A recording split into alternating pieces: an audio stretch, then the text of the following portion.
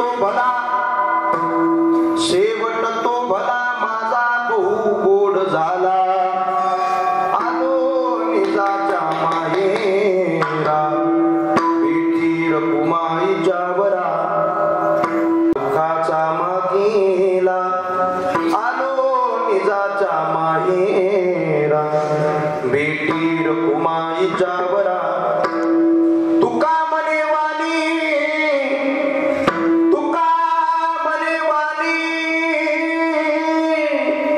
गेली आता देवदानी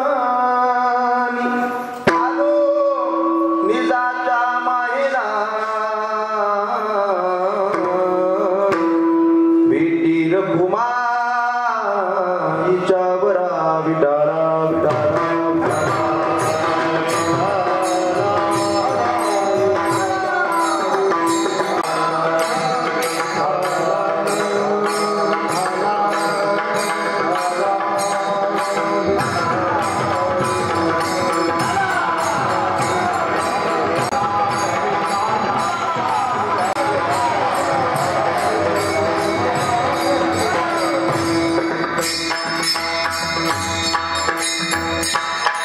विभुंगैनुनादं चरन्तं दुरन्तं स्वयं लीलया गोपवेशं ददानं गवामृतका नन्दनं चारुहासं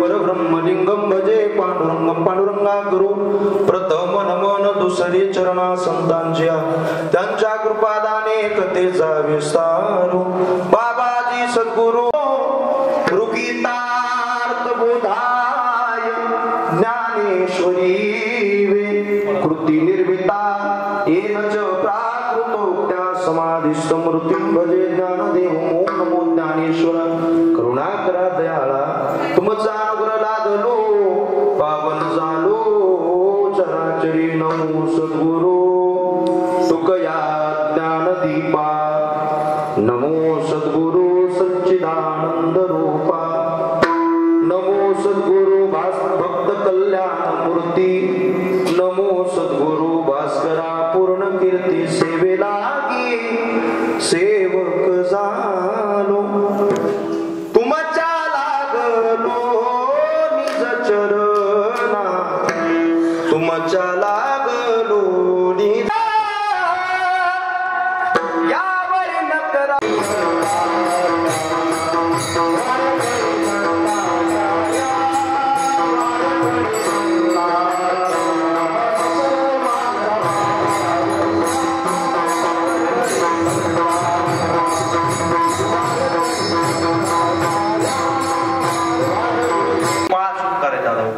लक्ष देऊन ऐका एवढं सांगतो माझ्या अभंगाकडे मोठ्या ठिकाणी गोड जीवन आहे म्हणून सांगून जाईल मी आईचे उपकार काय आणि बापाचे तर तुम्ही प्रत्येक वेळी कीर्तनात ऐकतच आहात बाप काय करतो तुम्हा सर्वांना प्रत्यक्षदर्शी आहे प्रत्येकाच्या डोळ्यासमोर महिला मंडळी पुरुष मंडळी प्रत्येकाच्या डोळ्यासमोर आपला बाप आणला बाप आपल्यासाठी काय करतो हे सगळ्यांना माहिती आहे बाप करी जोडी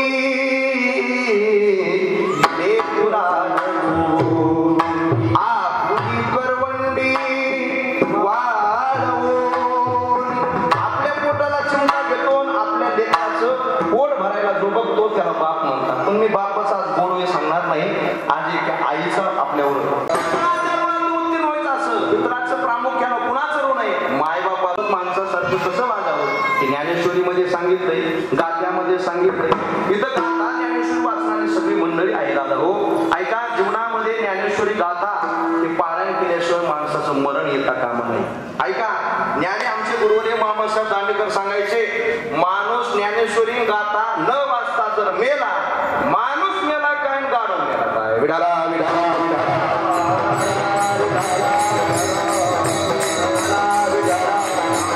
म्हणून जोपर्यंत चांगला नसते तोपर्यंत एकतरी ओवी अनुभवा एक तरी ओवी अनुभवले माथा ठिकाणावर यावं वाटत असत तर काय करा गाथा वाचा गाथा जर वाचला तर माथा ठिकाणावर आल्याशिवाय राहणार म्हणून संतांच्या उपकारात उत्तीर्ण व्हायचं असं दादांनो ऐका एकच आहे काय करा त्यांचे ग्रंथ तुम्ही संपादन करा त्यांची ग्रंथ सामुग्री पारायण करा जर पारायण केलं तर संतांच्या ऋणातून तुम्ही आम्ही उत्तीर्ण होतो पहिलं ऋण देवाचं देवाच्या ऋणातून उत्तीर्ण व्हायचं असेल तर त्याचं भजन करा.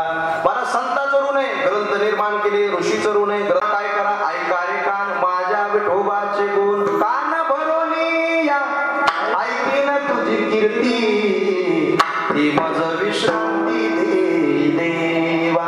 माणसानं कानानं देवाचे गुणगान ऐकले पाहिजे. पण महाराज आपण हल्ली असं करतो, डोळ्यानं चांगलं पाहत नाही, कानानं चांगलं ऐकत नाही, महाराज पायानं चांगल्या वाटेला चालत नाही. आपल्याला देवानं सगळं काय दिलंय हे देवाचं भजन करण्यास. तुका म्हणे माझा सकळ देह भाव आणि नको ठाक चिंतूया. माझा विषय संपला. मला एवढं सांगायचं, देवानं सुंदर नरदेह दिलाय.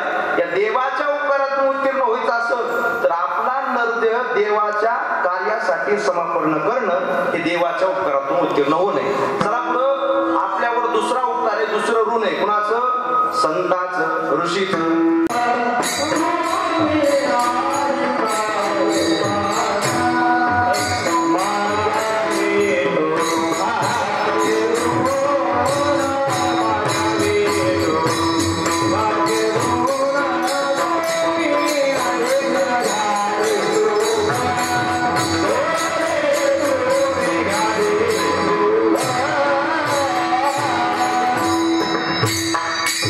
डोळे दिलेत, हात दिलेत, पाव दिलेत, सगळं काही अवयव चांगले दिले. जेने हा जीव दिला दान किंवा दिले इंद्रिय, हात पाय कान डोळे मुख बोलाया वचन, जेने तू जोडसी नारायण, नासे जीवपण भवरोगा. दिले इंद्रिय, हात पाय कान. सुंदर आपल्याला नरदेह दिलाय. देवाच्या उपकारातून उत्तीर्ण व्हायचं असं लक्ष देऊन ऐका महाराज. एवढंच उत्तराई व्हायचं, ज्याच्यासाठी नरदेह दिलाय त्याच्यासाठी वापर करायचा. डोळे कशासाठी दिले? चांगलं पाहण्यासाठी. चांगलं पहा. डोळ्यानं काय करा? डोळे तुम्ही घ्या रे सुख, पहा विठोबाचे मुख. कानानं काय करायचं? तुम्ही ऐका. माणसानं कृतज्ञ असावं का कृतज्ञ असावं? ऐका आता या दोन शब्दाचा अर्थ तुम्हाला माहिती आहे, पण मी मोकळा करतो. केलेल्या उपकाराची जाणीव जो ठेवतो त्याला कृतज्ञ म्हणायचं, आणि केलेल्या उपकाराची जाणीव जो ठेवत नाही त्याला काय म्हणायचं? कृतज्ञ. सोपं समजा मराठीमध्ये, ज्याच्या पोटात आडी आहे का त्याला म्हणायचं कृतज्ञ, आणि जो मोकळ्या स्वभावाचा आहे त्याला म्हणायचं कृतज्ञ. आता ऐका, माणसानं कृतज्ञ राहावं का कृतज्ञ व्हावं? कृतज्ञ राहावं. म्हणजे आपल्यावर जर एखाद्यानं उपकार केला असेल तर आपण सुद्धा त्याच्या उपकारातून उत्तीर्ण होण्याचा प्रयत्न करावा. उपकारातून उत्तीर्ण होता येत नाही, पण उत्तीर्ण होण्याचा प्रयत्न तरी केला पाहिजे. तसं देवानं आपल्यावर उपकार केलाय, आपल्यावर ऋण आहे देवाचं, की देवानं सुंदर असा नरदेह दिलाय. म्हणून आपलं कर्तव्य मारा, त्याचं भजन चुकू नका, त्याच्या भजनाला चुकू नका, त्याच्या सेवेला चुकू नका. माणसानं दिलेला आपल्याला कुणी काही दिला असेल तर त्याच्याविषयी उत्तराही झालं पाहिजे.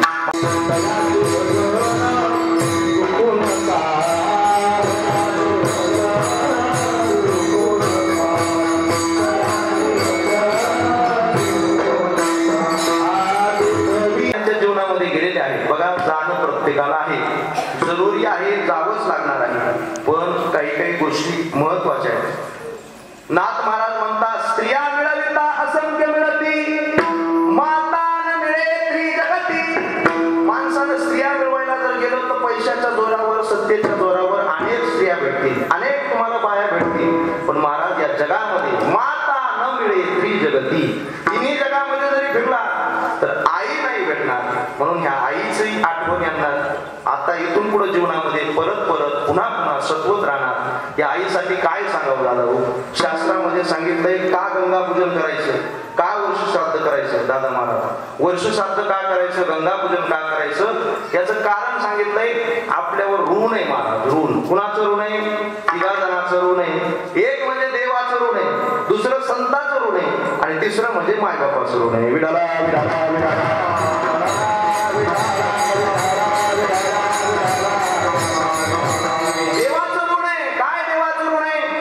सुंदर असा नरदेह दिला.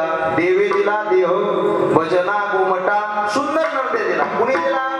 जेने हा जीव दिला दान, यांनी दिला. कुणी? त्या देवानं. म्हणून आपलं कर्तव्य देवानं सुंदर का मानव देह अल्लाने तुझ दिया, कुणी दिला? देवानं दिला. लक्षात ठेवा. माझा एक प्रश्न पुनश्च एकदा, इथं शंका उत्पन्न होती, आता तुम्हाला काही प्रश्न विचारेल. महाराज, आपल्याला नरदेह देवानं दिला का माय बापानं दिला? मोठा यक्ष प्रश्न आहे हा. कुणी दिला? देवानं दिला का माय बापानं दिला? मान्य करावं लागेल आपल्याला सर्वांना. हा प्रश्न पडायलाच पाहिजे. आपल्याला नरदेह देवानं दिला का माय बापानं दिला? बोला बोला. आल्या आल्या प्रश्न विचारू नये, पण विचार. तुम्हाला रागता येणार नाही ना? खरं सांगा, येणार नाही ना? आणि आला तरी काय करणार आहे? मला सांगा, कोण दिला? माय बापानं दिला. वा, यांचं पार्थ म्हणतंय की माय बापानं. तुमचं काय म्हणणे वारकरी? नरदेह दिला देवानं दिला का माय बापानं दिला? हो हो, ते बरोबर आहे. आपल्याला प्रश्न दोनच शब्दामध्ये द्यायचा की देवानं दिला का माय बापानं. मला एकच तुमच्याकडे, एक ठाकरे गट निवडा नाही तर शिंदे गट, म्हणता तरी इथंच. हा बघा, तुम्हाला काय गुरु वाटतंय? देवानं दिला का माय बापानं दिला? हा वा, जन्म माय बापानं दिला. आता ऐका, तुमचं उत्तर बरोबर आहे. माय बाप सुद्धा आपल्या जन्माला कारण आहे आणि देव सुद्धा आपल्या जन्माला कारण आहे. पण माय बाप निमित्त कारण आहे आणि देव मात्र उपादान कारण आहे. विडाला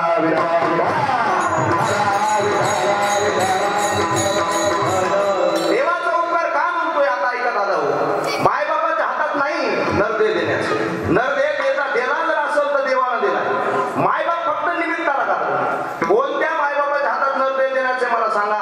अहो, माय बाबाच्या हातात जर नरदेह देण्याचं असतं तर या जगामध्ये एकही पांगळा जन्माला नसता, एकही आंधळा जन्माला नसता, एकही महाराज खुळा खुळा जन्माला नसता. कोणत्याच माय बाबाला असं वाटत नाही माझ्या पोटी आंधळा जन्माला यावा, माझ्या पोटी आंधळा पांगळा जन्माला. वाटतं कुणाला? महाराज कोणत्या माय बाबाला न वाटता सुद्धा त्याच्या पोटी आंधळा पांगळा मुका जन्माला येत असत. याचा अर्थ एवढाच आहे की महाराज माय बाबाच्या हातात देणं नाही. आपल्याला नरदेह देणारा जो कोण असत तर तो भगवान परमात्मा. जे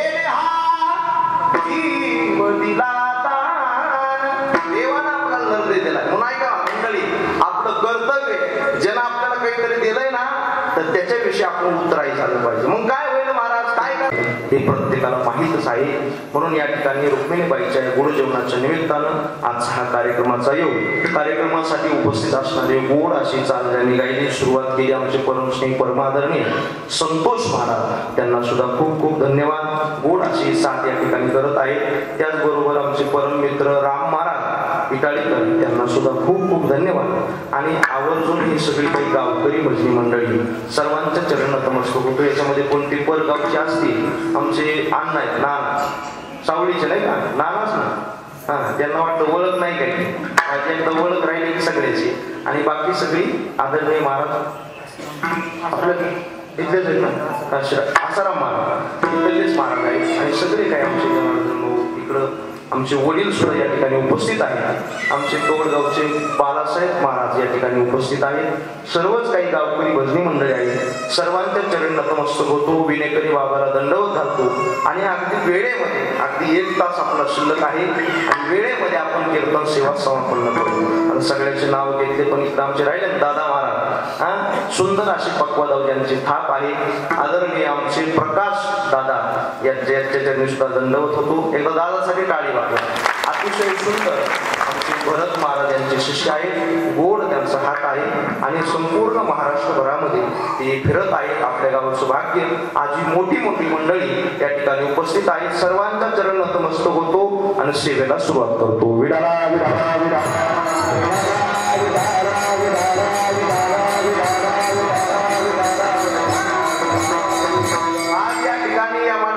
सर्व काही दिसत असत. आमच्या श्याम भाऊला, दुसरे आमचे काय नाव त्या दुसऱ्या चिरंजीवाचं, रमेश मारुती, या दोघा भावंडाला सगळं काही दिसत असत.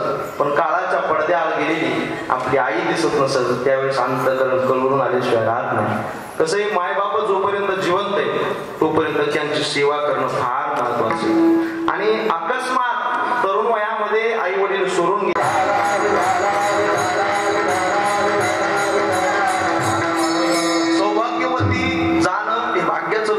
रुक्मिणीबाईच्या पदरामध्ये पडलेलं आहे. नक्कीच त्यांचं पूर्व पुण्य चांगली बळकट असत. त्यामुळं सौभाग्यवती अखंड कुंकू आपल्या कपाळाला लावून त्या ठिकाणी गेलेले आहेत. असो, या ठिकाणी सर्वच कुटुंब हे दुःखामध्ये गेलेलं आहे.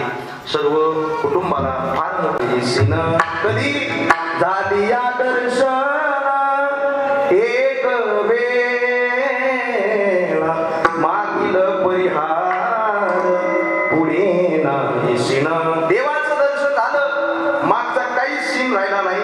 सर्व जन्माचं मरणाचं सर्व काही दुःख माझं निघून गेलं. गोबर आहे, तुमचा शेवट गोड झाला. लक्ष देऊन ऐका, तुमचा शेवट गोड झाला. तुम्हाला रुक्माईच्या वराची भेट झाली. तुम्ही निजाच्या माहेराला आला. तुमच्या जीवनामधलं दुःख गेलं.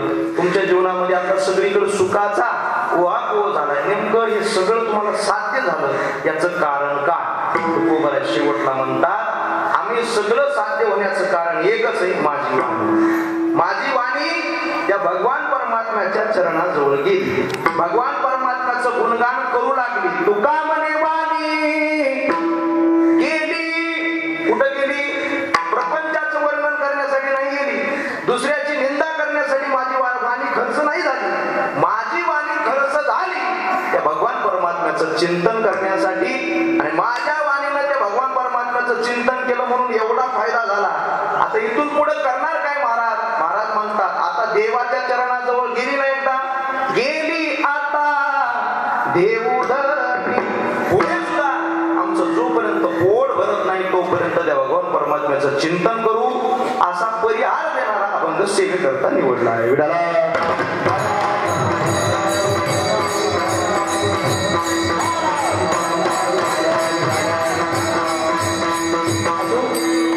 बोलण्यापूर्वी अल्पसा पर्याय द्यायचा तो म्हणजे असा, निमित्त सेवा आहे. समस्त गावकरी मंडळी सर्वांना ज्ञात आहे की मोजे पोंडूर गोपटे तालुका मानवत जिल्हा परभणी या गावच्या कैलासवासी सौभाग्यवती रुक्मिणीबाई गीताराम धोपटे यांना जाऊन मला वाटतं आता 14 दिवस झाले नाही का.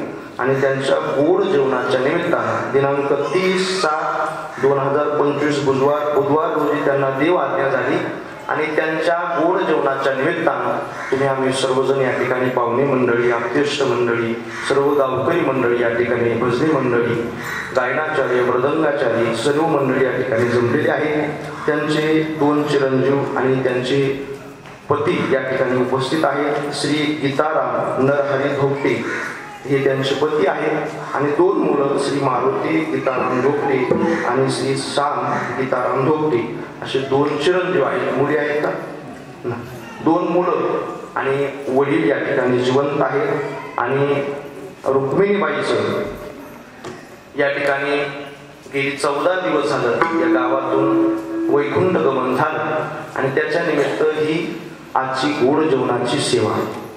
ऐका, काही गोष्टी अत्यंत महत्त्वाच्या आहेत.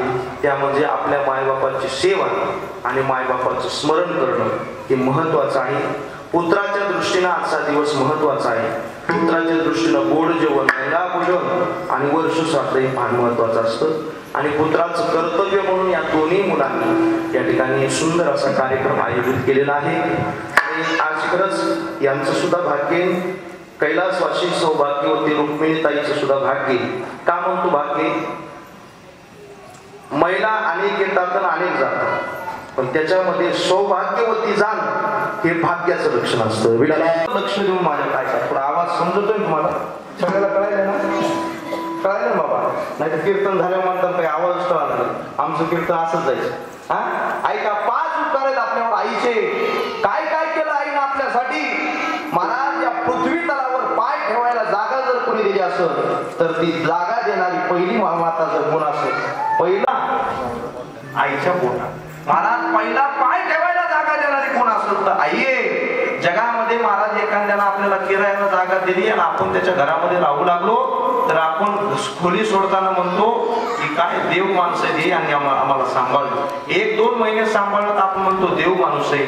ज्या आईनं तुला आम्हाला हे सगळं काही जीवन दाखवलं, सगळा काही संसार दाखवला, त्या आईचे किती उपकार असतील हो. या जगामध्ये पाय ठेवायला जागा दिली, 9 महिने 9 दिवस तुम्हाला आम्हाला उदरामध्ये वागवलं, कुणी? आई. वा, ती झाली पैसे पुढं अंती दुरी राहील. आता ते थोडं पुढचं म्हणायचं नव्हतं आपल्याला. 9 मास गर्भवास आपण आईचं घेतोय ना. 9 मास महाराज तिनं कष्ट घेतले. कुणाचं?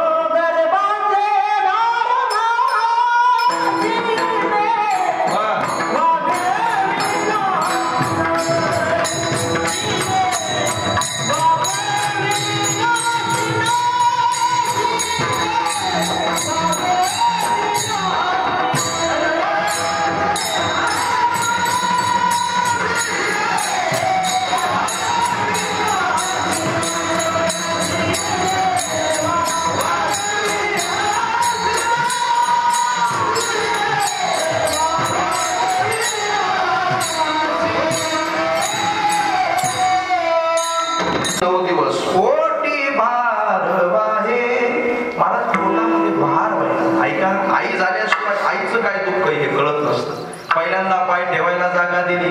ऐका, स्वामी विवेकानंद सगळ्याला माहित असते दादा. स्वामी विवेकानंदाकडे एक जिज्ञासू आला. जिज्ञासू म्हणजे त्याला आईचे उपकार जाणून घ्यायचे होते. असा व्यक्ती स्वामीकडे आला.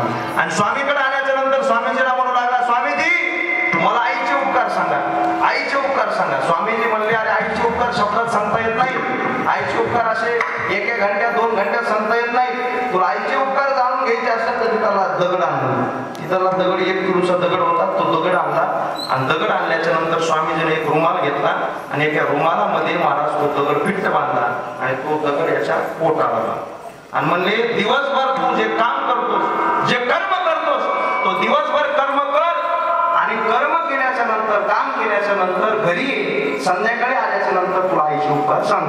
मला दिवसभर गेला. दिवसभर जे काम होतं ते काम करत होता. दिवसभर काम करताना काही वाटलं नाही. पण संध्याकाळी येताना त्या बाबाला चालताच आहे, त्या मुलाला चालताच आहे ना. का चालता येणार? का तर पोटाला 1 किलोचा दगड बांधलाय. महाराज हे पोट त्याला असं जड वाटायला. त्याला वाटायला कवा हे दगड मी बाहेर फेकतोय आणि कवा एक तासा मोकळा होतोय. पण स्वामीजीने सांगितलंय, आईचे उपकार जाणायचे असेल तर दिवसभर दगड तुला मिरवावं लागेल. महाराज स्वामीजीकडे संध्याकाळी गेला. लक्ष देऊन ऐका दादा. स्वामीजीकडे संध्याकाळी गेला आणि संध्याकाळी गेल्याच्या नंतर स्वामीजीला म्हणू लागला, स्वामीजी सांगा ना आईचे काय उपकार आहे. त्यावेळेस म्हणले, बाळा तुला कळत नाही का रे? बाळा तुला कळत नाही का रे? अरे 1 किलोचा दगड जर तू दिवसभर सांभाळू शकत नसतील तर ज्या आईनं 3.5 किलोचा दगड पोटामध्ये वागवला त्या आईचे उपकार कसे सांगता येतील रे? जाव्यानं प्रसूत झाली.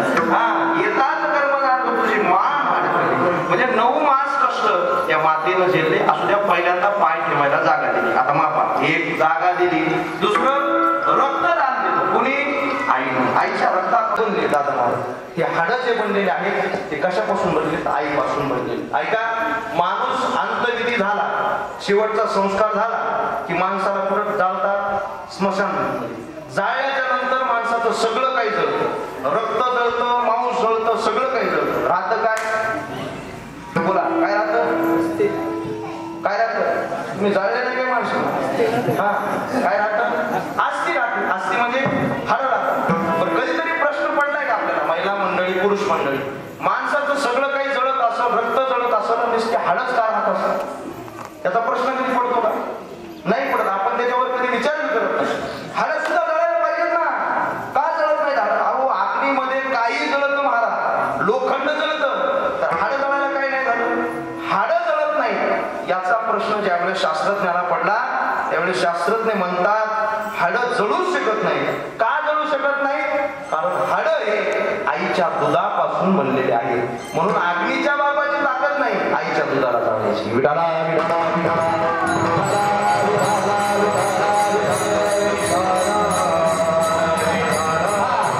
पहिल्यांदा पाय ठेवायला जागा द्याला. कुणी? आईनं. दुसरं रक्तदान दिलं. तिसरं काय दिलं? विसरले का काय? अस्थिदान दिलं. लक्ष देवा, अस्थिदान दिलं. आता मला 5 सांगायचे. 5चा आकडा घटावा लागेल ना. बरं, चौथं दान दिलं, श्वासदान दिलं. ऐका, ज्यावेळेस आपण आईच्या पोटामध्ये असतो त्यावेळेस आपल्याला आतमध्ये श्वास लागतो का नाही? आतमध्ये बाळ असतं त्याला श्वास लागतो ना. त्यावेळेस मला आपण आतमध्ये असतो त्यावेळेस आपण बाहेर निघाल्याच्या नंतर बघा आईचा ना आपला नाळ जोडलेला असतो. ते आपल्याला दिसत नाही पण आपण पाहिलेलं. आईचा ना आपला नाळ जोडलेला असतो. महाराज तो नाळ तोडत नाही लवकर. म्हणतात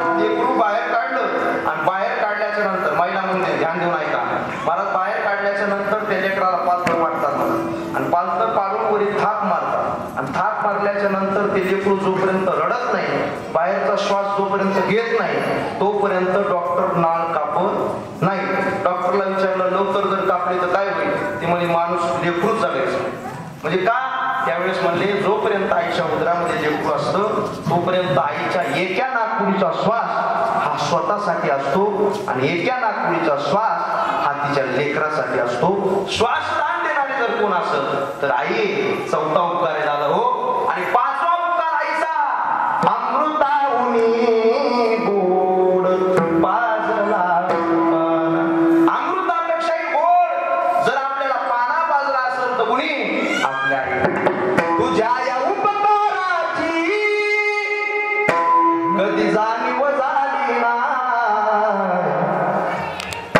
अनमोल जन्म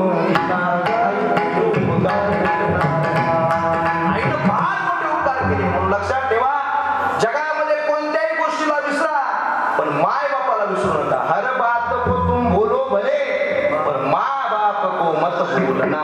जगामध्ये तुम्हाला तुम्ही लोकांना किती किंमत द्या, त्यांना जीव खाऊ घाला, काही करायचं तर करा, पण माय बापाला कधीही टाकाऊ शब्दानं बोलू, खूप शब्दानं बोलू नका. आपले कपडे भारीचे असतील, लोक आपल्याला मानत असतील, लोक आपल्याला या बसा म्हणत असतील, आपण लोकांना या बसा म्हणत असतो, आणि घरी माय बापाला जर दोन शब्दानं चांगलं बोलत नसतो तर माझे माऊली ज्ञानोबाराय म्हणतात, घरी माता पितरा धड बोली नाही संसारा, एर विश्वभरी आदरा मूर्खो जैसा.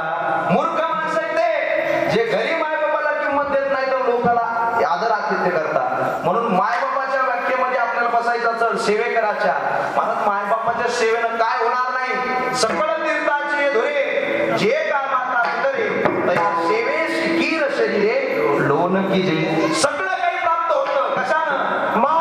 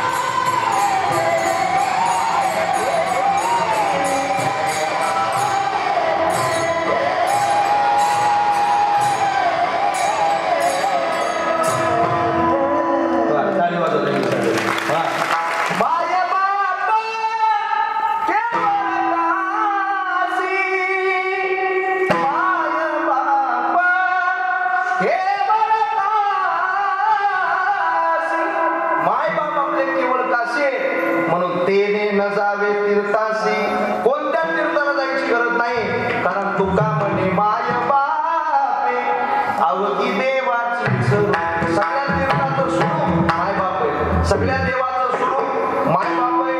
मायबापाची सेवा केली तर सगळे तीर्थ आपल्या घरी येतात, सगळे देव आपल्या घरी येतात. ऐका, जगाचा मालक पंढरपूरला देव उभा आहे. कोण? भगवान पांडुरंग परमात्मा. कशामुळे उभा आहे? आपण वारी करणार. कशामुळं? वा, तो उभा आहे याचं कारण एकच आहे, मायबापाची सेवा. पुंडलिकाच्या भावार्था कुळकुळाहुनी झाला येता. पुंडलिकानं काहीच केलं नाही, पुंडलिकानं फक्त एकच केलं, काय? मायबापाची सेवा केली. आधी पुंडलिक तुमच्या आमच्यासारखाच होता. तुमच्या आमच्यासारखं म्हणजे कळलं का? एक जुनं गाणं होतं बघा. वा म्हणजे पुंडलिकामुळे आला एवढंच आपल्याला सांगितलं. म्हणजे पुंडलिकानं निकट सेवा केली, पण कुणाची केली? देवाची केली का मायबाबाची? मायबाबाची केली. महाराज पुंडलिक आपल्यासारखाच होता. पहिल्यांदा तो काय भाविक नव्हता, नास्तिक होता. आमच्या हनुमान महाराज नास्तिक होता. काय करत होता? आई बापाच्या गळ्याला दोरी, आई बापाच्या गळ्याला दोरी, बाईल कांद्यावरी काशी यात्रा करी पुंडलिक, काशी यात्रा करी. काशी यात्रेला निघाले. म्हणतात पुंडलिकाचं गाव इथंच पंढरपुराजवळ होतं, तर पंढरपूरला पुंडलिका पंढरपूरलाच राहत होता. काही जण म्हणतात पंढरपूरला राहत होता, काही म्हणतात कर्नाटकमध्ये त्याचं गाव आहे, पण आपण तात्पुरतं पंढरपूर घेऊ. पंढरपुरामध्ये राहत असताना ते कापडी आले बघा. कापडी कशाला म्हणतात माहिती का? हा, खंडोबाचा असतो त्याला वाघ्या म्हणतात, महादेवाचा असतो त्याला कापडी म्हणतात, आणि पंढरपूरचे असतो त्याला काय म्हणतात? वारकरी म्हणतात. एवढं लक्षात ठेवा. ते कापडी आले. आम्ही कापडी आल्याच्या नंतर ते महादेवाला महाराज या श्रावण महिन्यामध्ये नेतात ना ते कापडी. तसं काशीला निघालो म्हणले. काशीला निघालो म्हणल्याच्या नंतर रुक्मी पुंडलिकाचे आई वडील म्हणले, अवय पुंडलिका आम्हाला सुद्धा काशीला घेऊन चल ना. महाराज पण पुंडलिक नास्तिक होता. तो म्हणला तुम्हाला काशीला जर जायचं असेल, तुम्हाला जर वाराणसी पाहिजे असेल, तर तुमची तुम्ही काय करा. ते पुढचा शब्द तुम्हाला कळा. तुम्हाला काशी करायची असेल तर तुमची तुम्ही हे म्हणले तुम्ही आता असू द्या, तुमची तुम्ही जा. मायबापाला म्हणले तुमच्या सोबत येऊ शकत नाही, मला वेळ नाही. असा कोण म्हणला? पुंडलिक. महाराज पहिले काशीचे जे वारकरी होते, जे कापडी होते, ते निघून गेले. त्याच्यासोबत मायबापा सुद्धा निघून गेले. आणि मग पाठीमागून एक दुसरा महाराज एक वारी आली, एक दिंडी आली. ती दिंडी म्हणजे त्याच काशीला जाणारीच होती. दुसऱ्या दिवशी आली, आणि दुसऱ्या दिवशी त्याच्या पत्नीनं पाहिलं. कुणाच्या? पुंडलिकाच्या. ती म्हणले लयच वारकरी जायला तिकडं, लयच कापडी जायला म्हणे काशीला, आपण सुद्धा काशीला जाऊ. कुणाला म्हणली? पुंडलिकाला म्हणली. पुंडलिकाला ज्यावेळेस अशी बायको म्हणली, त्यावेळेस पुंडलिकाला काय म्हणावं? तुझी काशी कर म्हणायला पाहिजे ना. ते म्हणले मी कवा नाही म्हणतोय. म्हणजे चल आपण लगेच जाऊ. लगेच महाराज संपूसावळ गुणाळलं, सगळं काही घेतलं आणि काशीला निघाले. पण महाराज ते वज होईल होते. कशाचं? त्यांचे कपडे जे होते ना ते वज होईल. ते म्हणले काय करू आपण या कपड्याचं वज आपल्या मायबाप पुढे गेले त्यांच्या अंगावर देऊ. आणि महाराज मायबापाच्या अंगावर देण्यासाठी पुंडलिकाला मायबाप गाठले. आणि ज्या वेळेस मायबापाला चलणं होईना, बायकोला चलणं होईना, त्यावेळेस बायकोला खांद्यावर घेतलं आणि मायबापाच्या गळ्याला दोरी बांधली. आई बापाच्या गळ्याला दोरी बांधली खांद्यावरी रे काशी यात्रा करी. काशी यात्राला गेला, पण तिथं कुकुट स्वामीचा आश्रम लागला. त्या आश्रमामध्ये मायबापाच्या पाळण्याला बांधलेली आणि मायबापाची सेवा करत होते. आणि त्याच्यामध्ये पुंडलिकरायकडे गेले, मुक्काम झाला. तर मुक्काम झाल्याच्या नंतर तिथं 3 स्त्रिया आल्या. कोणत्या? गंगा, यमुना, सरस्वती. त्या 3 स्त्रिया आल्या. येताना बघितलं तर काळ्या कुट्ट होत्या. कशा होत्या? काळ्या कुट्ट. अरे 12 वाजले आणि 12 वाजता या साधूच्या आश्रमामध्ये या स्त्रिया कुठून आल्या? पुंडलिक महाराज जागा राहिला. ज्याचं अंतकरण निर्मळ नाही का, त्याच्या मनामध्ये काही विकल्प येतात. महाराज विकल्प आला, अरे कस काय आल्या स्त्रिया कस काय आल्या म्हणून पुंडलिक निस्ता पाहत होता. तर महाराज त्या स्त्रिया आल्या, त्या स्वामीची सेवा करू लागल्या. कुटस्वामीची संपूर्ण आश्रम झाडून काढला. सकाळी 3 वाजले आणि त्या स्त्रिया महाराज तिथून लगेच परत निघाल्या. महाराज जाताना काळा कुट्ट होत्या, पण येताना जर पाहिलं दादा महाराज तर अतिशय लखलखीत प्रकाश त्यांचा त्रिभुवनामध्ये दिसत होता. त्या पुंडलिकाला राहूनच नाही, तो पुंडलिक महाराज पुढे गेला आणि त्या महिलांना विचारू लागला, आई साहेब म्हणला नसेल पण आपण म्हणू आता. ते महाराज लागूनच म्हणला, हो बायांनो असे म्हणते काय जे महाराज ज्यांना टिपणच नाही कशात. खरंच सांगते, ज्यांना संस्कारच नाही का ते लयच महाराज, त्यांना वळी व्यात नाही कसे लई. गावागावात तुम्ही पहा, बाया महिलाला बोलताना कधी आदरानं बोलणार. महाराज ते लागूनच म्हणला असेल. आता आई साहेब आपण म्हणू, अहो तुम्ही आतमध्ये जाताना तुम्ही आम्ही पाहिलं तर काळ्या कुट्ट होता तुम्ही. आता बाहेर येताना पाहिलं तर तुम्ही लखलखीत प्रकाशित झाला. नेमकं काय झालं? त्यावेळेस महाराज त्या गंगा मातोश्री पुढे आली आणि गंगा मातोश्रीने सांगितलं, तुझ्यासारखे पापी माय बापाला पाण्याला चढवते तर बायकोला खांद्यावर घेते, असे आमच्यामध्ये येऊन स्नान करतात काशीला आणि त्यांचं पाप आमच्या डोक्यावर बसतं आणि आणि ते पाप धुण्यासाठी आम्ही या साधूच्या आश्रमामध्ये येतो आणि हे साधू काय करतात ते तू तिथं जाऊन पाह.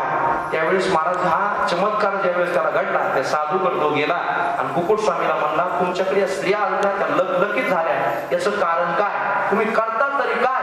त्यावेळेस मी सांगितलं मी काहीच करत नाही, मी फक्त आई वडिलांची सेवा करतो. पुंडलिकानं सगळं काही सोडून दिलं दादांनो आणि तिथून पंढरपूरला वापस आला आणि आई वडिलांची सेवा केली. एवढी सेवा केली महाराज, जगाचा मालक पुंडलिकाची सेवा पाहून पंढरपूरला आला आणि पंढरपूरला आल्याच्या नंतर माग उभा राहिला. लखलखीत प्रकाश पडला. हे महाराज हे आल्याच्या नंतर पुंडलिकानं पाहावं ना त्या देवाकडे. अहो योग्याच्या ध्यानात न येणारा, तप्याच्या जप्याच्या ध्यानात न येणारा भगवान परमात्मा ज्यावेळेस आलाय त्यावेळेस पुंडलिक त्याच्याकडे पाहत नाही. त्यावेळेस महाराज देवच म्हणतो हे पुंडलिका अरे मी आलोय रे, हे पुंडलिका मी आलोय रे. असं बोलायला लागल्याच्या नंतर पुंडलिक काहीच म्हणला नाही. पुंडलिकानं असं तोंडावर बोट ठेवलं.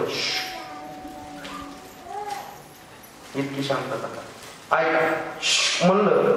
महाराज देवाला चूक करण्यासाठी पुंडलिकाला भाग पाडला आणि काय म्हणला पुंडलिक, माझी या पितयाचा होईल निद्रा भंग. बोलू नको देवा, बोलू नको असं कोण म्हणला, देव म्हणला, मी नाही म्हणलो बरं. बोलू नको. महाराज म्हणल्याच्या नंतर देव शांत उभा राहिला. अरे उभा राहतो पण उभा राहण्यासाठी काहीतरी दे. त्यावेळेस महाराज पुंडलिकाच्या जवळ एक वीट होती, ती वीट घेतली आणि पुंडलिकानं पाठीमागं पेटली. जगाच्या मालकाला विटेवर उभा केलं पुंडलिकानं. कुणामुळं, आई वडिलांच्या सेवेत. विठाला विठाला विठाला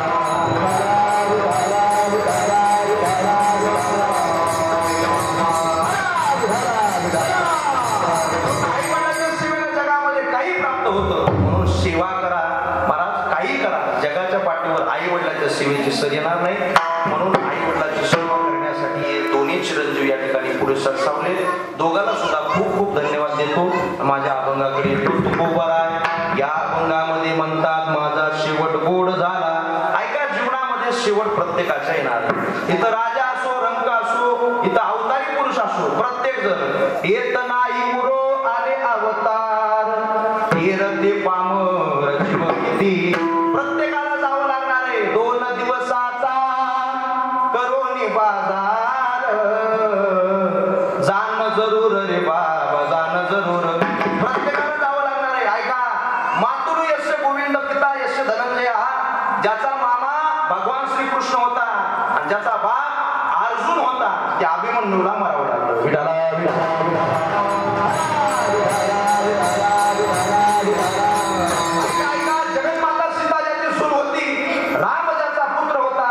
इंद्र ज्याचा मित्र होता अशा दशरथाला सुद्धा मरावं लागलं. अजमेला पंजामेला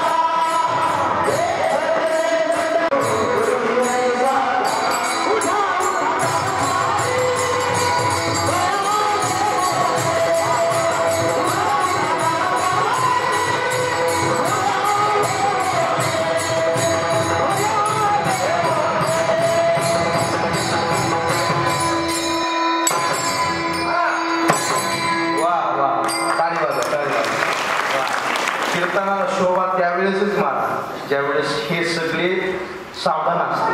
मी म्हणत नाही आता, सगळे सावधान असतील आणि अतिशय तत्पर असतील तर कीर्तन रंगत.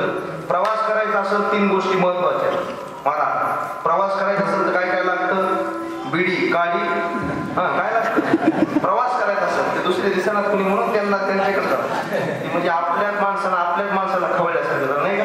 चला तुम्हाला तुम्ही आपलेच आहेत, बुका आहे माणसं सगळी आपल्या. प्रवास करायचा असेल मला गाडी चांगली पाहिजे नाही का? पुन्हा रस्ता चांगला पाहिजे का? वजूर ते इथपर्यंत रस्ता पाहिजे. रस्ता कसा पाहिजे? एकदम स्टॉप पाहिजे आणि गाडी सुद्धा एकदम नंबर 1 पाहिजे. आणि मला गाडी चांगली असायला पाहिजे, रस्ता चांगला पाहिजे, ड्रायव्हर कसा पाहिजे? पेले कसं पाहिजे? ड्रायव्हर बी शुद्धीवर पाहिजे. बरं जाऊ दे, हे जरा लांबचं झालं. जेवण करायचं असेल, हो दादा, जेवण करायचं असेल बाजरीची भाकर पाहिजे. बरोबर आहे का? बरोबर आहे नाही? हो म्हणा ना, काय आता इथं नाही आपल्याला. हो म्हणा, माझ्यासाठी हो म्हणा, काय म्हणू नका पुढं. चला, काय पाहिजे? बाजरीची भाकर पाहिजे, लाल दूध तापलेलं दूध पाहिजे आणि तोंडी लावा काय पाहिजे? हे सांगायची गरज नाही मला. हे सांगून कसं करावं लगेच? तसं महाराज कीर्तन चांगलं करायचं असेल तर महाराज काही गोष्टी महत्वाच्या आहेत. याच्यामध्ये 1 नंबर मृदंगाचार्य पाहिजे. आता 1 नंबर मृदंगाचार्य, गायनाचार्य 1 नंबर पाहिजे आणि पुढे बसलेले श्रोते सुद्धा चांगले पाहिजे. नाही तर काही वेळेस महाराज आम्हाला असेच भेटते जणू काय माझ्या धाव्याला येऊन बसले. असं फ्रेश माणसं महाराज, ज्याला प्रसंग अवधान आहे असे गायनाचार्य पाहिजे. नाही तर कधी कधी आम्ही एक म्हणावं ते एकच म्हणतो असं नाही. अतिशय समर्पक प्रमाण आजा मेला पंजा मेला बाप मसना महाराज इथं आजा मेला पंजा मेला बाबा येत नाही गुरु आणि अवतार म्हणलं की सगळं संपलं. रामकृष्ण सगळे येऊन गेले. इथं राहण्यासाठी कोणी झालं नाही. प्रत्येकाचं मरण हे निश्चितच आहे.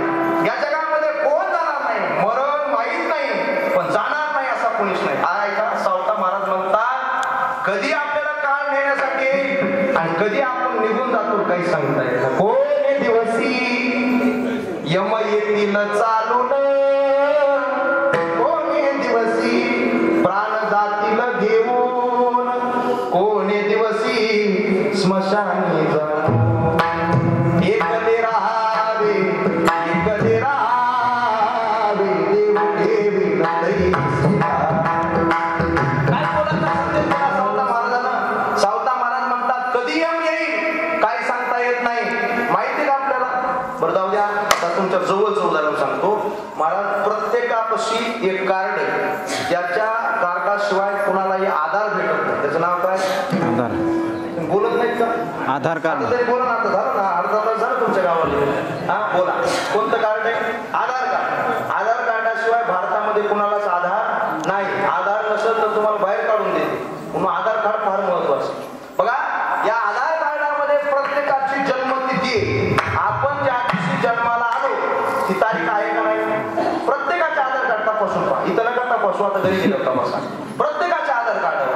पण मला काही काही आधार कार्डावर आहे प्रत्येकाच्या. काही काही ना जन्मतिथी वाढून घेतल्या.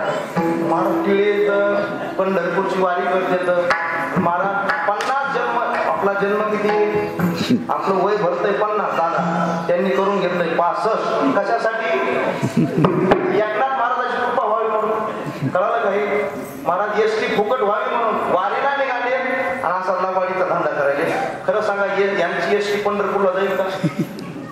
पंढरपूरला जाणार नाही महाराज. इकडंच बारशीच्या नाक्यावर पडून जाणार. मला सांगायचंय माणसानं स्वच्छ निर्मळ वारी करायचं. आपण काय करायचं आपल्याला? पण तरी सुद्धा सांगतो आधार कार्ड प्रत्येकापाशी. प्रत्येकाच्या आधार कार्डला आपली जन्मतिथी आहे. लक्ष देऊन ऐका. पण मला एखादा माणूस असा दाखवा किंवा एखादी महिला अशी दाखवा की ज्यांच्या आधार कार्डावर त्यांची मरण तिथी आहे. आहे का कुणाच्या? हो बाबा, तुमच्या आहे का? असलं तर सांगा. गंगा पूजन वर्ष श्राद्ध मीच करतो तुमचं. 1 रुपया मला सांगा. कुणाच्याच आधार कार्डावर नाही. याचं कारण काय? एकच कारण आहे महाराज, आपण जन्माला कधी येणार आहे हे निश्चित करता येतं, पण आपण कधी जाणार आहे हे माहित नाही. म्हणून लक्षात ठेवा, मरण प्रत्येकाला येणार आहे, कधी जाणार काही माहित नाही. म्हणून जे शेवट आपल्या जीवनामध्ये येणार आहे त्याची आपण तयारी केली पाहिजे. माणसं सगळ्याची तयारी करतात, फक्त मरणाची तयारी नाही करत. सगळी तयारी आपली. लक्षात ठेवा, उद्या पाऊस उघडला, कोणच्या रानात वखर हाणायची मारायचंय आणि कोणत्या रानात फवारायचंय माहिती नाही तुम्हाला? हा, मरणाची तारीख नाही आठवत. ऐका, म्हणजे तुमचं नियोजन ठरलेलं आहे का नाही? महाराज पांढरे केस झाले तरी अजून नियोजन लावतो आपण. कशाचं? सत्याचं नाही, शेतीचं. प्रत्येक जण नियोजन लावायचं. पण मला एखादा माणूस असं दाखवा की त्याने मरणाचं नियोजन लावलं. महाराज आपलं पंढरपूरला जायचं असेल तर आपण सामुग्री घेऊन जातो, काहीतरी आपल्या सोबत असतं. तिथं गेल्याच्या नंतर खायला काय, तिथं गेल्याच्या नंतर आपल्याला प्यायला काय, हे सगळं नियोजन आपलं घरून असतं. पण ज्या कोणत्या ठिकाणी जायचं आपल्याला माहित नाही, मरण कधी येणार आहे हे सुद्धा माहित नाही. पण आपण त्या ठिकाणाची आपली काहीच तयारी. कुणाकुणाची तयारी सांगा बरं मरणाची? जर उद्या मरण आलं, येणार नाही, लक्ष देऊन ऐका समुद्रा काकू, तर कुणाकुणाची तयारी कुणाचीच नाही. मरणाची तयारी करा. महाराज आमचे मामासाहेब दांडेकर म्हणायचे, मरण आपलं कधी येऊ, आपण वळकुटी उडवलं. मरणाची तयारी करा, शेवट आपला चांगला झाला पाहिजे. मग महाराज सांगा ना मला, शेवट कशाला चांगला होतो, मरण कशाला चांगलं होतं? महाराज म्हणतात, शेवट गोड करायचा असेल तर शेवट तो होतो तुझी याने गोड बनवून सारे धरित सो. शेवट तो होतो तुझी याने गोड. शेवट गोड होतो माणसाचा कशानं? देवाच्या येण्यानं. आपल्या जीवनामध्ये असा प्रसंग झाला पाहिजे, झाला हो, आपल्या शेवटाला देव आला पाहिजे. हिवाळ्या जवळची वाट पाहण्यापेक्षा कधीतरी देवाची वाट पहा. अंतकाळाला देव आला पाहिजे. जोपर्यंत देव येत नाही तोपर्यंत आपला शेवट चांगला होत नाही. मला देव येणं फार अवघड आहे. देवासाठी फार तपश्चर्या करावं लागते.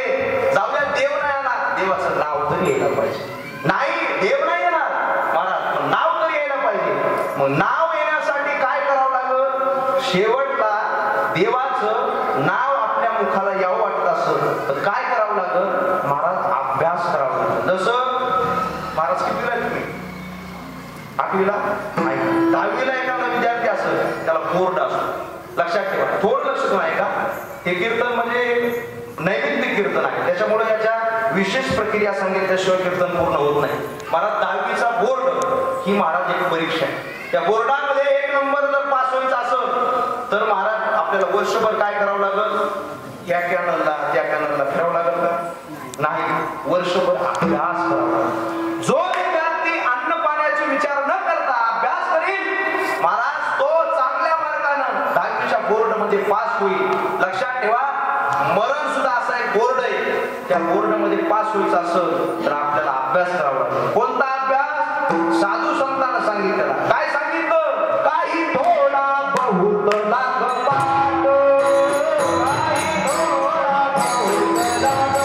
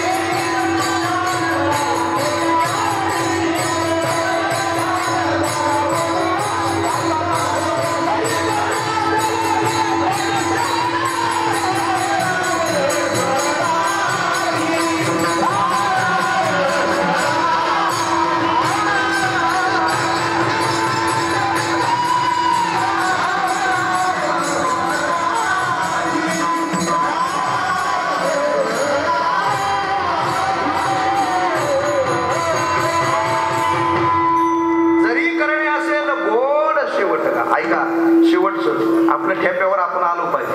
घरी करणे असेल गोड शेवट, तुमचा शेवट गोड करायचा असेल तर काकड्यामध्येच आपल्याला सांगितलं काही थोडा करा भक्तिभाव, धरा बळकट, तन मन ध्यान द्या लावून या नीट. नीट कुठं? नीट तन मन ध्यान लावायचं कुठं? सोयाबीनकडे का कापसाकडे? कुठं? देवाकड. देवाकड ज्याने तन मन ध्यान लावून दिलं सगळी करणे असेल गोड शेवट. गोड शेवट व्हावं वाटत असं तर ऐका मंडळी, देवाचं भजन करावं लागल. देवाच्या भजनाशिवाय शेवट गोड होणार नाही. हेच तुकोबाराला कळून आलं, आपला शेवट देवाशिवाय गोड होणार नाही. म्हणून तुकोबाराय देवाला प्रार्थना करता, मला संताला प्रार्थना करता, सगळ्याला प्रार्थना केली तुकोबारायनं. माझ्या शेवटाला देव आला पाहिजे, माझ्या शेवटाला देव आल्याशिवाय गोड होणार नाही म्हणून प्रार्थना सुरू केली. आता ऐका, चातुर्मास चालू आहे. चातुर्मासामध्ये आपल्या गावात काकडा आहे ना 4 महिने. आता सगळ्याला काकडा पाठ आहे. आता त्या काकड्यामध्ये पहिली मालिका आहे. त्या पहिल्या मालिकामध्ये तुकोबारायनं देवाला विनंती केली. पहिल्यांदा संताला केली, तुम्ही सनकादी मनविता मनविता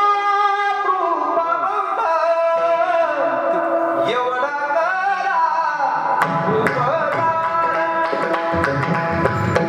तुका म्हणे मजा आठवा मूळ लवकरी मांडवा. प्रत्येक क्षणाला म्हणू लागले लेपुराचे हित वाई माऊलीचे चित्त. तुकोबाराय म्हणू लागले संता हो तुम्ही ऐका आणि माझा निरोप देवाला तुका म्हणे मजा आठवा मूळ लवकरी पाठवा. पण देवाचा निरोप, संताचा निरोप देवापर्यंत गेला नाही. मग महाराज देवाचा तो वाहन चालक आहे. कोण? कोण? गरुडाचे पाय, गरुडाचे पाय, गरुडाचे पाय, गरुडाचे पाय, गरुडाचे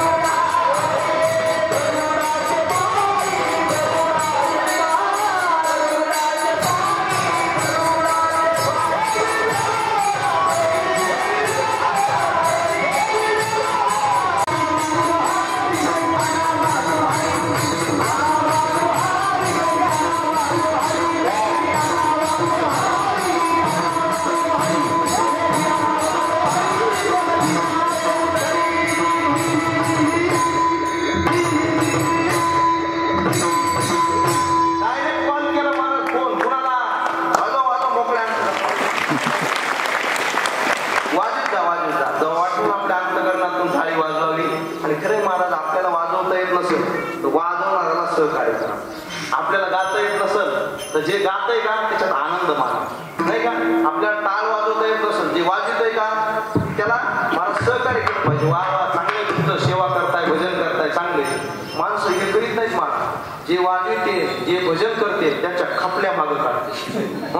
लय माणसं वाजला एखाद्या चाल म्हणू द्या, आमच्या आसाराम महाराज हे कुणीतरी चाल म्हणू द्या, राम महाराज खाली बसल्या बसल्या एखादा हळूच म्हणला गायक होता हो पण जमलंच नाही.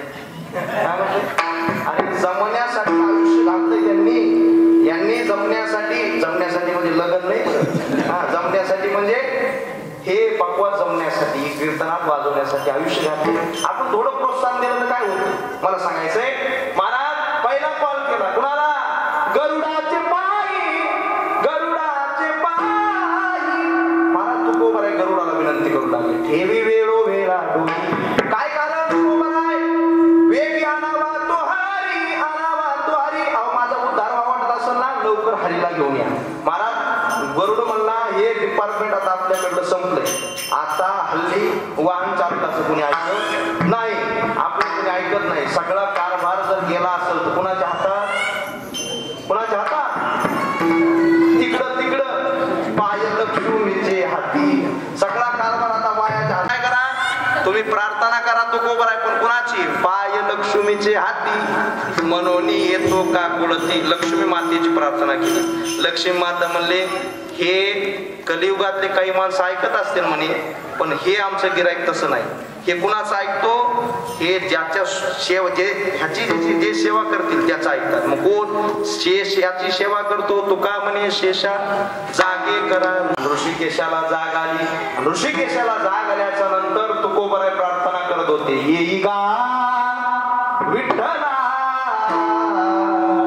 येई गा विठ्ठला पांडुरंगे येई ओ पांडुरंगे जीवाचे जीव लगे येई ओ पांडुरंगे जीवाचे जीव लगे येई ओ पांडुरंगे पांडुरंगे येई ओ पांडुरंगे.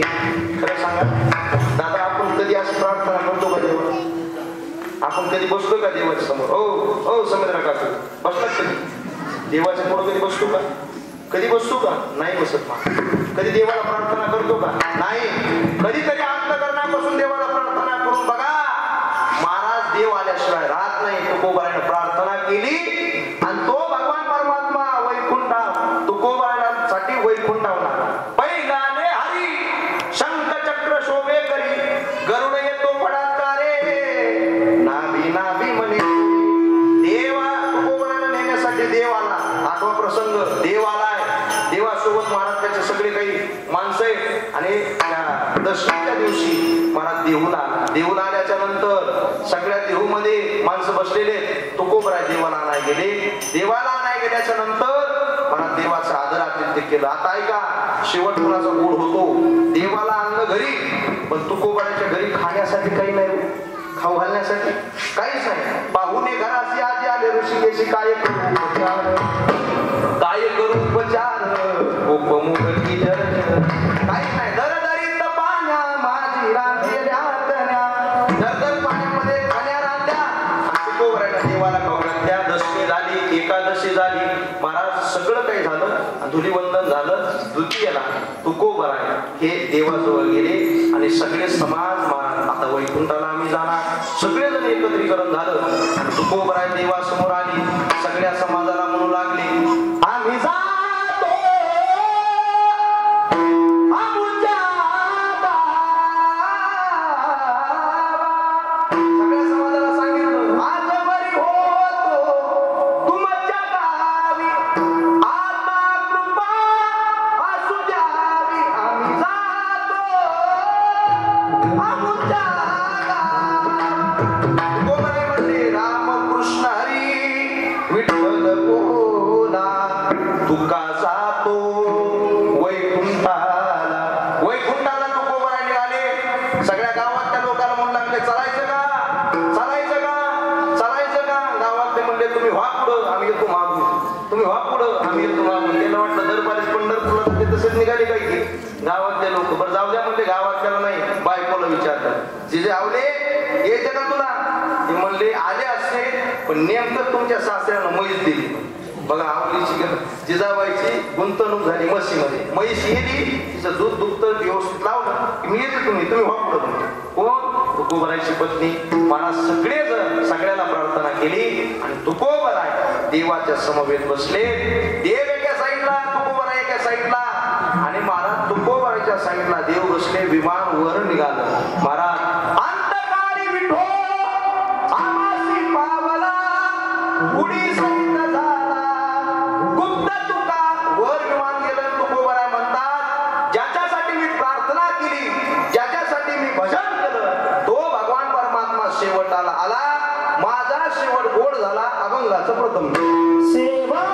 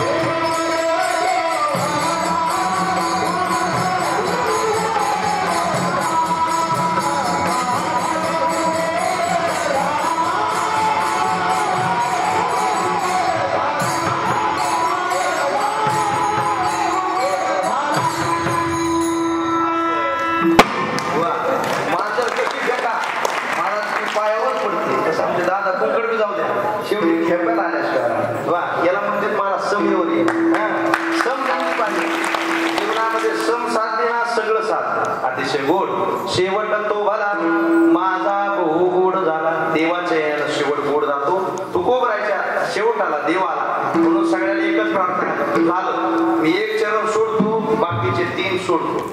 कळलं का? आता कळलं असं ते जगन्नाथ अण्णा पवारचं वाक्य ते म्हणले अश्लेष अलंकार आहे, एक चरण सोडतो बाकीचे 3 सोडतो. आता सरळ सरळ सोडतो. ऐका तुकोबाराय म्हणतात माझा शेवट गोड झाला. याच्यातून एवढंच घ्यायचं महाराज, आपल्या जीवनामध्ये सुद्धा शेवट येणार आहे. शेवट येणार नाही असं माणूस आहे का? महाराज एका गावामध्ये मी असं सहज म्हणून गेलो, हे या गावचे सगळेजण मरणार आहे, या गावचे सगळ्या जणांचा शेवट होणार आहे. एक माऊली महाराज समुद्र काकू लांबून हसतच आहे माहिती, तुला हसायला म्हणल्याच्या नंतर ते म्हणले महाराज सगळेजण नाराज झाले, शेवटला आली 500 रुपये दक्षिणा, तुम्ही देऊ नका. ऐकून महाराज 500 रुपये दक्षिणा दिली. ते म्हणले महाराज, मी म्हणलं बाकीचे सगळेजण चेहरे नाराज झाले, तुम्ही काय हसता म्हणे. ते म्हणले तुम्ही म्हणले नाही का मला, बोलता बोलता एक शब्द तुमच्याकडून गेला, काय झालं, काय चुकलं माझं. ते म्हणले तुम्ही सगळे इथले कोंडोलचे मरणार आहेत म्हणले ना. म्हणजे हो, तुम्ही कुठल्या? ते म्हणले मी या गावची नाही, म्हणजे मी किनोळ्याची. आता किनोळ्याची आस नाही तर नागरजवळ्याची आस, नाही तर रामे टाकळीची आस, नाही तर मानवची. तुला मरण येणार म्हणजे येणार. ऐका लक्षात ठेवा, मरण निश्चित आहे, शेवट निश्चित.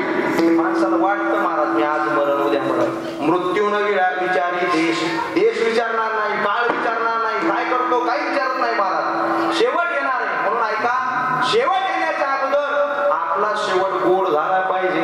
आणि शेवट गोड होतो देवाच्या येण्यानं, देवाच्या नामानं. म्हणून एकच प्रार्थना करतो महिला मंडळी, पुरुष मंडळी, महाराज आपल्या सोबत येणार एकच धन आहे ते म्हणजे देवाचं नाम. आणि ते देवाच्या नामासाठी प्रार्थना करा, विनंती करा, देवाची प्रार्थना करा.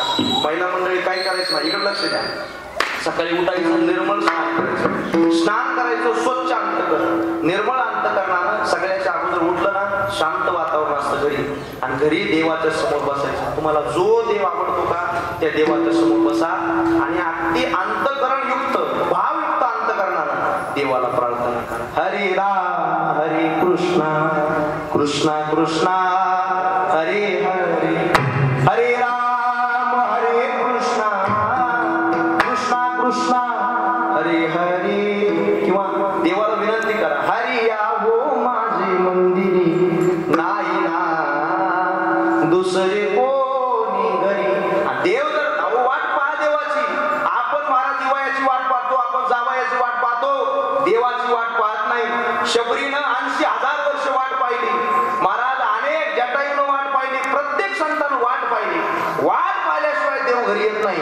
आपण वाटच पाहत नाही, आपण वाट लावायला बसतो पण वाट पाहत नाही. लक्षात ठेवा, वाट पहा कुणाची, देवाची. तुम्ही जर वाट पाहिली, देवाला प्रार्थना करा प्रत्येक वेळेस. इतना तू करना स्वामी, जब प्राण से निकले. देवा आमच्या अंतकाळाला तू आम्हाला राख, गोविंद नाम लेके तब प्राण से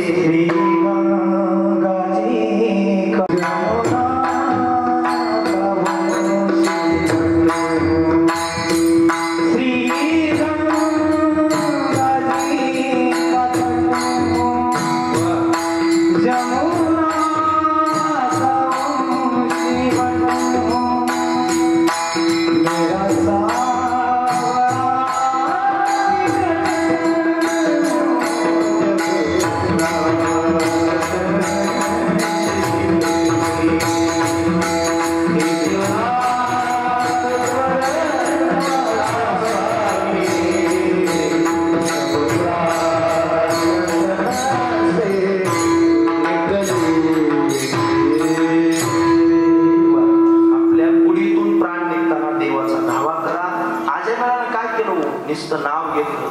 प्राण जाते वेळी मने नारायण, त्यासाठी विमान पाठविले. गणिकानं काय केलं, जाता जाता नाव आलं, कारण त्याची पूर्व संचित होतं. म्हणून एवढी प्रार्थना करतो, मरताना देवाचं नाव यावं, नक्कीच शेवट गोड झाल्याशिवाय राहणार. शेवट तो भला माझा बहु गोड झाला. तो गोड आहे, गोड झाल्याच्या नंतर तुम्ही गेले तरी कुठं, आलो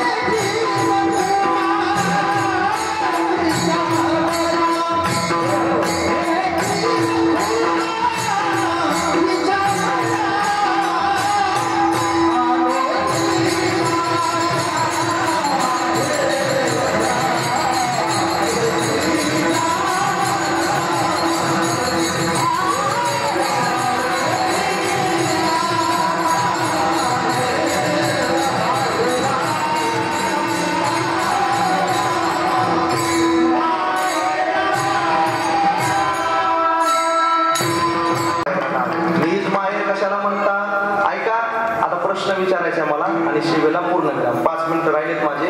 हे विचारून विठोबा रुक्माई भजन, ज्ञानेश्वरी माऊली भजन आणि शिवेला पूर्ण विराम. एक प्रश्न. काय प्रश्न बाबा? इथले बाबा गेले ना? बरं असू दे, मी तुम्हाला इथं लक्ष दिलं. तुम्ही आहेत ना? तुम्ही आहेत तिकडे बघा. आपले टेण्यावाले मुख्यावाले असल्यानं संपलं आपल्याला. आमचे बाबा आहेत. हा, काय नाव तुमचं?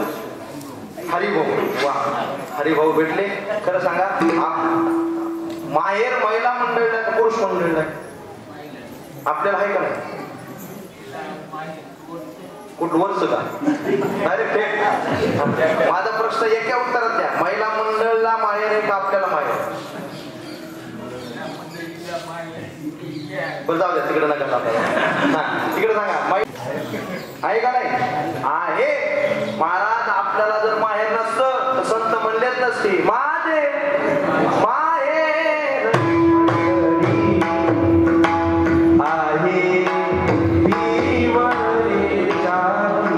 माझं आपलं माहेर आहे. अहो माहेर जर नसतं तर महाराज माझे ज्ञानोबा राय म्हणलेच नसते जाईन गे माहेर तया पंढरपूर.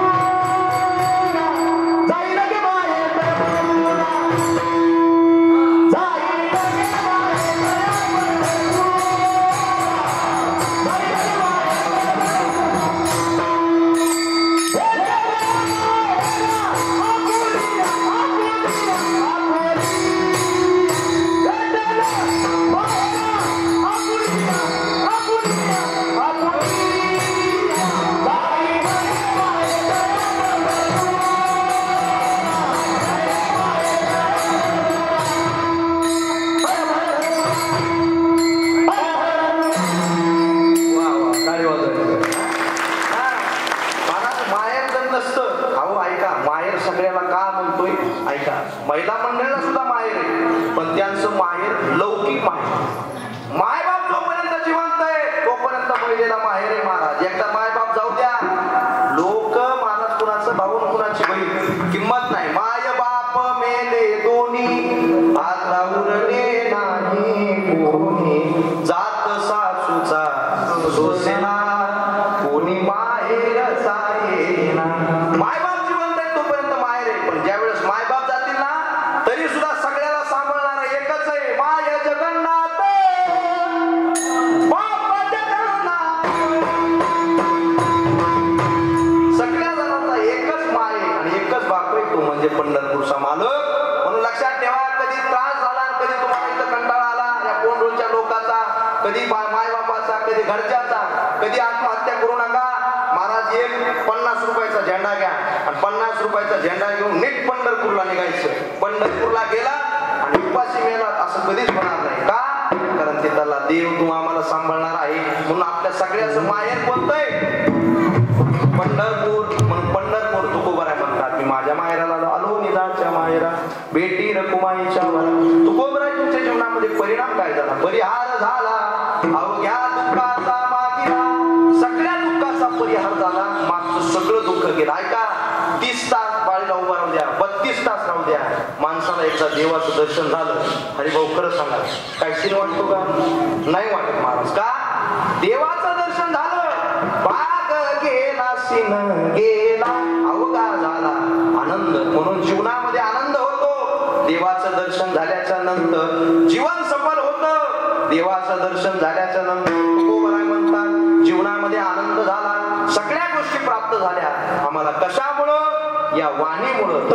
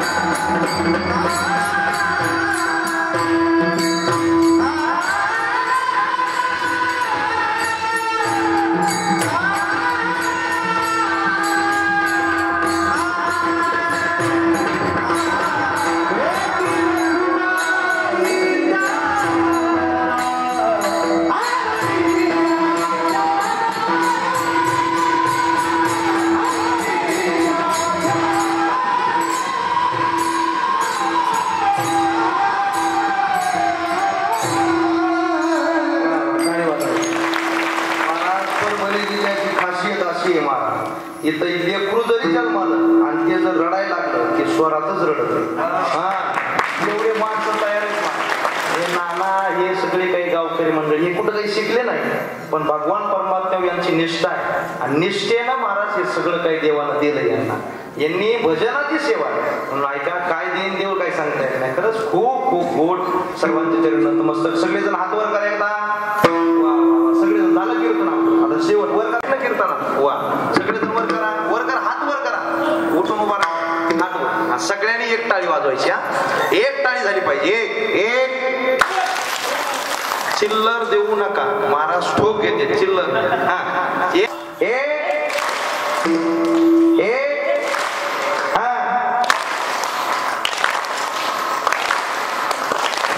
दादा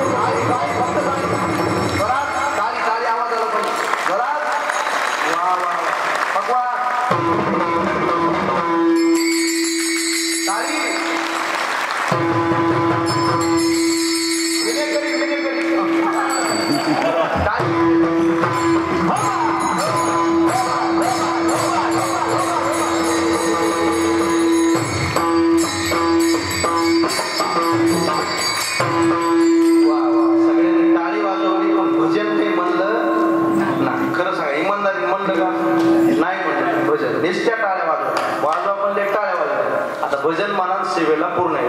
सगळ्यांनी एकदा भजन म्हणा बरं. म्हणा सगळेजण. आधी कुणाला पुढं घालायचं? हो हरी भाऊ कुणाला घालायचं पुढं?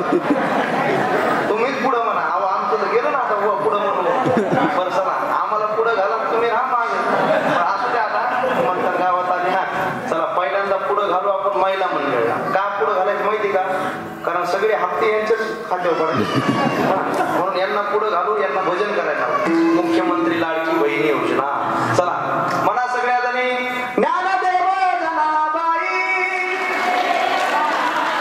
ऐका रुक्मिणीबाई आज आपल्यामध्ये नाही.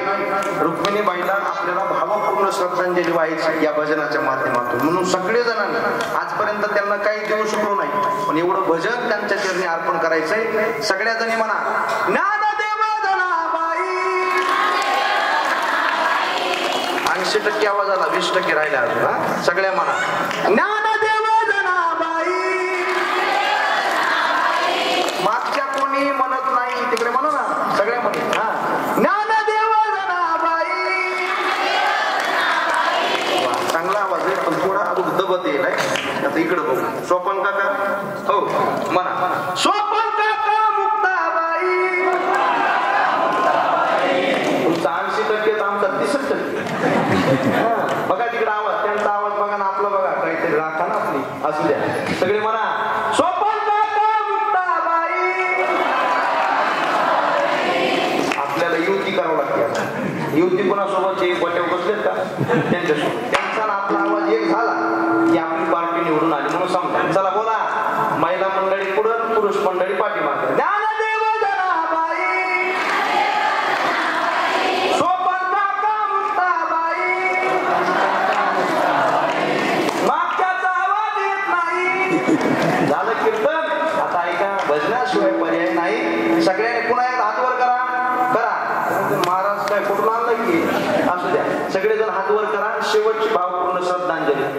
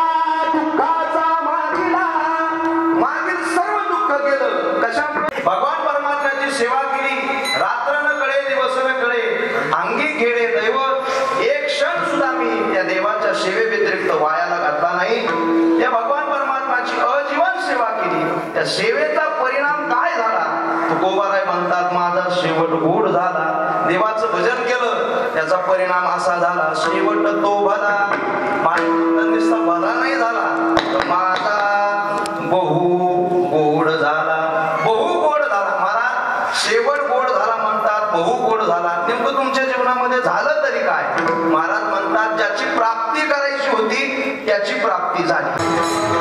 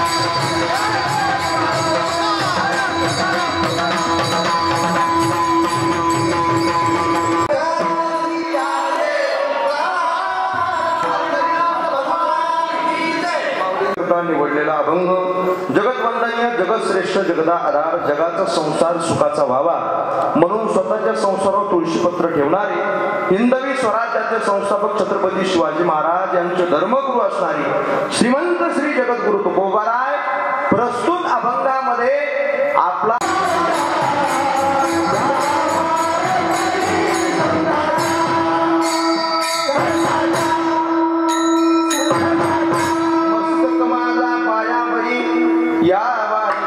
संतांच्या ऐसे नमन करुणी सकळा हरिकथा बोली बोबडिया बोला अज्ञान म्हणून आपुलिया बाळ कळा